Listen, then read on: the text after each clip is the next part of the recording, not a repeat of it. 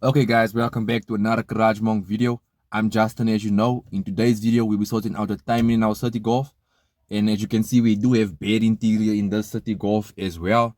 That'll be sorted out as the series goes on, so do subscribe, do like, because there's a lot of content coming out. So let's get the car started. Let's see what the car does in the morning. See, timing is quite bad on this car, so let's get the timing sorted out. Let's go. Okay, before you get started with doing the belt timing, I would suggest that you loosen your battery whenever working on your engine. You have to get your battery loosened up just in case.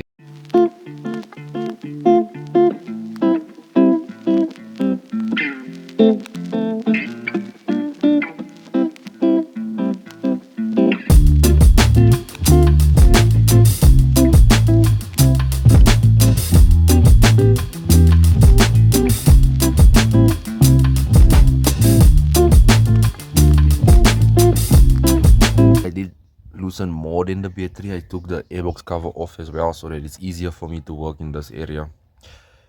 As you can see, my car was kind of worked on, so yeah. Nevertheless, I'll be looking for a mark inside here, right? Getting my mark inside there, inside the gearbox on my flywheel, before I get my mark right on my cam, which is all the way not the side. I'll show you now. Let me just give it a couple of turns quickly. As you can see, even on the pulley the side, that VW sign, it has to be this VW sign here. It has to be at the bottom, but you'll see a mark. See, it's not far really from the mark by the head. I'm gonna move it a bit back so that you can see what mark I'm talking of. Let's go. There's a mark. Can you see? There. Right there, that cut in it is the mark. That mark has to be completely aligned with your head. So that has to go down just a little bit. I don't know if you can see this mark here. This one, right there. The cut in the flywheel at the back. I'm gonna flywheel the cut in the cam, right in the back here. This is the mark we are looking for. Engine is quite oily, so let's get that mark in line with our head. So it has to go slightly down, right? So that's where it has to be, right? Now let's see if we have our timing on at the bottom, and to my surprise, as you can see, flywheel is not timed correctly. So let's look for a mark here to get our camshaft mark right, and then our mark without distributor. So let's get all of this done, then I'll show you guys how it's done.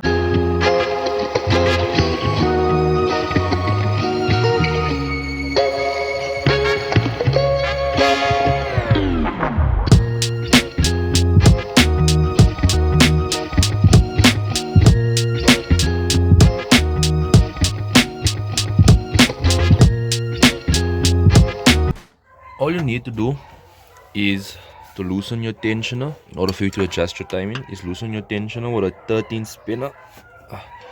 Get that loosened up. You should see that your belt would lose tension.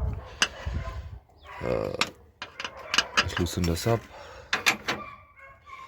Then you just remove the belt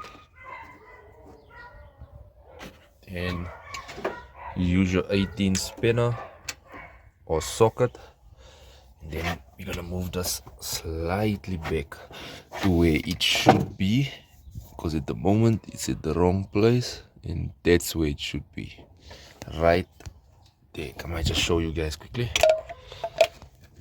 Right, there's the cutout. You just make some shade there. Here's the cutout right here. That's where it has to be, perfectly in line with the head. So let's get the belt back on. Also note that your rotor should always be pointing towards your number 4 spark plug. That's how you know it will be firing on in the right order. You can't have it anywhere pointed any other direction, because then it won't be on the right firing order. So this is fine. This is the right way. Right now, let's get our cam belt put back on. That's where we know that our timing is right by our camshaft now as well. Then I think it should be ready for startup, right? So next time you'll be seeing me is when I'm starting it up. Okay guys, so she does start. I can give her a start for you. She does start. I had to check, but it does, does start. Let's go out. Idle is much smoother now compared to what it was like. You can hear the back. It's much smoother than what it was. So I do feel it's idling quite a bit high. Let's see if we can adjust our distributor timing. See. I would suggest you get a timing light when adjusting all these. So she does start right up, as you can see, quite smooth idle. I'm happy with how it's idling. It's idling better than what it was idling before. So do like, do subscribe, and comment down below on anything you want me to see do next. Let's get it, guys.